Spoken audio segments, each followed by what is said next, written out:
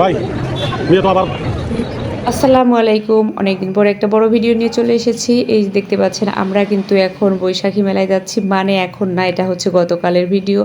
তো সন্ধ্যা 7:30টার দিকে আমরা বৈশাখী মেলায় গিয়েছিলাম। আর রাজুর বাবা তো ছুটি না হলে আমরা যেতে পারবো না। তাই রাজুর বাবা অফিস থেকে আসার পরেই আমরা রাত করে একটু বের হয়েছি।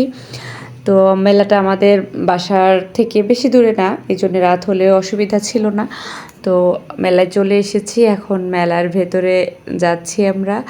আর দেখতে পাচ্ছেন কত মানুষ, কিন্তু মেলাটা অত বেশি জমজমাট হয় নাই, যতই লোক থাকুক না কেন।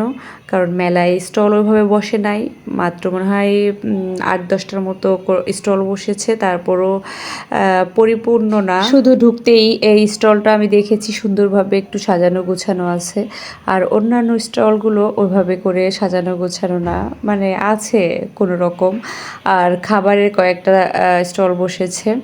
তো যে আমি একটু একটু করে ভিডিও করে নিচ্ছি, দেখতে পাচ্ছেন কয়েকটা খাবার নিয়ে বসে আছে স্টলে। আবার এদিকেও দেখেন কয়েকটা গাছ নিয়ে বসে আছে। তো এবারের মেলায় আমি কোনো মানে আনন্দই পাইনি, আমার কাছে একটু ভালো লাগে নাই।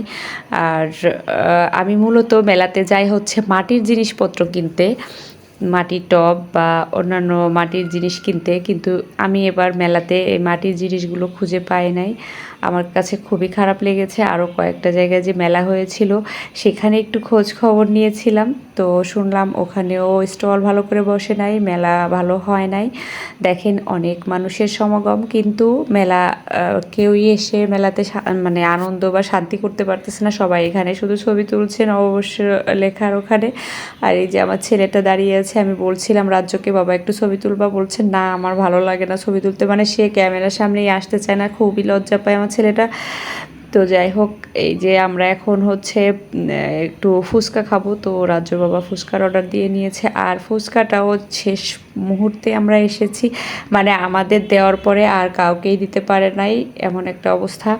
তো আমরা 2 প্লেট ফুচকা নিয়ে নিয়েছি, আর রাজ্যর বাবা রোল খেয়েছে, আবার রাজ্য এখানে হালিম খেয়ে নিচ্ছে। রাজ্য হালিম খেতে চাচ্ছিল না, ওর বাবা জোর করেই দিয়েছে, কারণ ও পছন্দ করে হালিম তাই। আর এদিকে আমি আর রাজ্যর বাবা একটু মানে গরুর দুধের চা খেয়ে নিচ্ছিলাম, শর্টর দিয়ে চা করেছে, বেশ মজা লেগেছে খেতে। আর রাজ্যর বাবা লাস্টে একটু নিজের কাপটা ধরেছে। আর এদিকে 2 ভাই বসে আছে, আমি একটু তাই 2 ভাইয়ের ভিডিওটা করে নিলাম। আমার ছোটো ছেলে তো আসার সময় ঘুমিয়ে গিয়েছিল, তারপর আবার উঠে গিয়েছে। আর এদিকে দেখেন এই ছোট বাচ্চাটার গালে শুভ নববর্ষ লিখে দিচ্ছে। আমার কাছে এটা একদমই অপছন্দ লাগে, এত ছোট বাচ্চার গালে এগুলো লেখা।